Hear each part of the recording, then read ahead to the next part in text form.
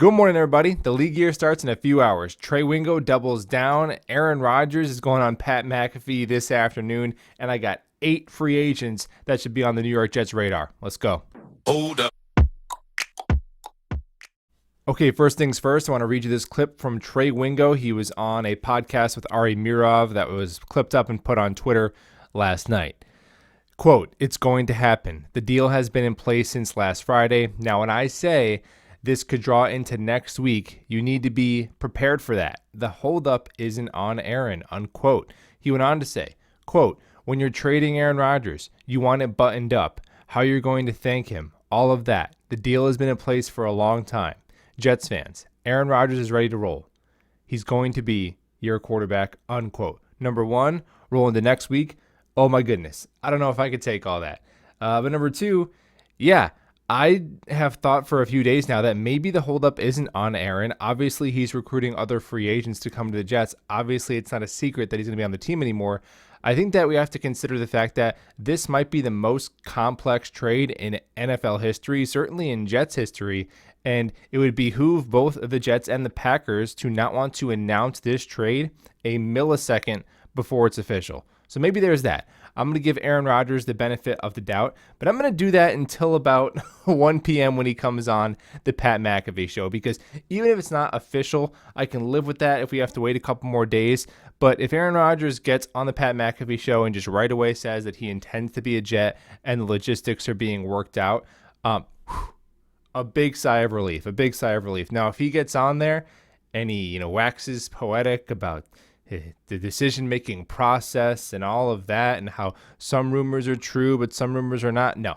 You can't do that, because he knows once he decided to go on that all Jets fans are expecting the announcement, and all Packers fans and all other prospective free agents who have their own plans, who are kind of going under the assumption that he's a Jet. It'd be nice to get that confirmation nationally, especially since he has this whole wish list thing, which I'm fine with if he's a Jet, but I'd like him just to say he's a Jet, ingratiate himself in our fan base, right? And then he can go ahead and pick Randall Cobb and Mercedes Lewis. But brother, can you say you're a Jet first? It'd go a long way. It would go a long, long way if Aaron Rodgers could do that. Now, we got to go on and do some other business even before the trade is official. There's some other free agents I'm looking at. Now, this isn't including our own guys. I like Sheldon Rankins and Quan Alexander back, but I'm looking at 3 different tiers of free agent. I have some excellent guys who would be costly. I have another tier that would be affordable starters, and I have a third tier that would be wild cards. Let's start with excellent but costly. CJ Gardner-Johnson. Number 1 free agent left on my list, an absolutely Swiss Army knife on the back end of the defense, 25 years old, 6 interceptions last year, 2 sacks, 71 tackles. You watch the Super Bowl, he was popping off of your TV. He would immediately give the Jets the best secondary in the NFL if they saved $8 million by cutting Jordan Whitehead and then paid CJ Gardner-Johnson the bag. Jesse Bates got $23 million in year 1, so I don't know if it's in the Jets' cards financially, but he would be amazing. Also, in this tier, I have offensive guard Isaac Semialu, Philadelphia Eagles. I know, what do you think? An offensive guard. We already have 2 of those in Lakin and AVT. But to me, I'm just trying to put the best 5 offensive linemen on the field that we can. And Semialu is, in my opinion, besides Orlando Brown, who is just going to be way too pricey and you'd want him to play left tackle, which Dwayne Brown is already there, and Dwayne Brown's never played right tackle. So to me, Orlando Brown getting $23 million for the Jets, not realistic. Semialu coming in to get $10 million as a borderline Pro Bowl level guard at 28 years old, and you kick AVT to right tackle next to him. I like that right side of that offensive line. I do, with Mekhi Becton still being a wild card.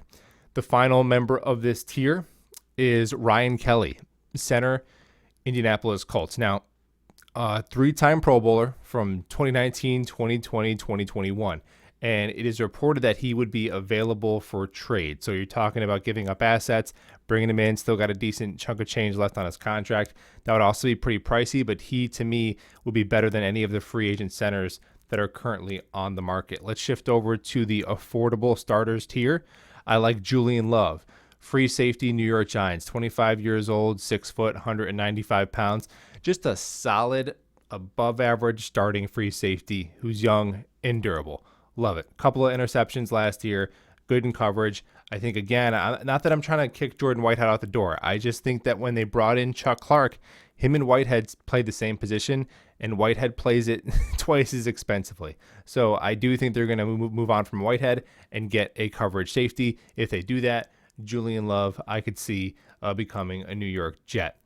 Larry Ogunjobi, who we also were interested in last year. Personally, I prefer to just keep Sheldon Rankins, but if they lose Sheldon Rankins, Ogunjobi is a very, very similar player. Not as stout against the run, but can rush the passer, has 9 sacks in the last 2 seasons combined, and I think he could be a Rankins replacement, similar age. Maybe you can get him a little bit cheaper since he's coming off of a season with less production in Pittsburgh. All right, final tier, we have the wild cards. Just 2 players in this one. Number 1, Odell Beckham Jr. Man, are we just building the fantasy team here? Just going to bring Odell Beckham Jr. in. Again, yeah, he makes the team a lot better. I think he'd still be electric in the red zone. I'm not sure how much he has left, 30 years old, couple of ACL tears. He's on Aaron Rodgers' wish list. I don't know how we pay Lazard and Odell, and then we have Garrett Wilson, Elijah Moore, we have Denzel Mims. Hey, you can never have too many weapons. I understand that, but I would probably prefer the Jets divvy up some money towards the offensive line and roll with Lazard, Garrett, and Elijah Moore as the top 3. I'd prefer that instead of busting out a big check for Odell Beckham, but we'll see. Also in this tier is Jamal Williams, who is close with Aaron Rodgers, and it was reported that the Jets were interested in the free agent running back from the Detroit Lions, and it's also reported that the Detroit Lions and him are far apart in contract talks. Now, that means he wants the bag. Are the Jets going to give it to him?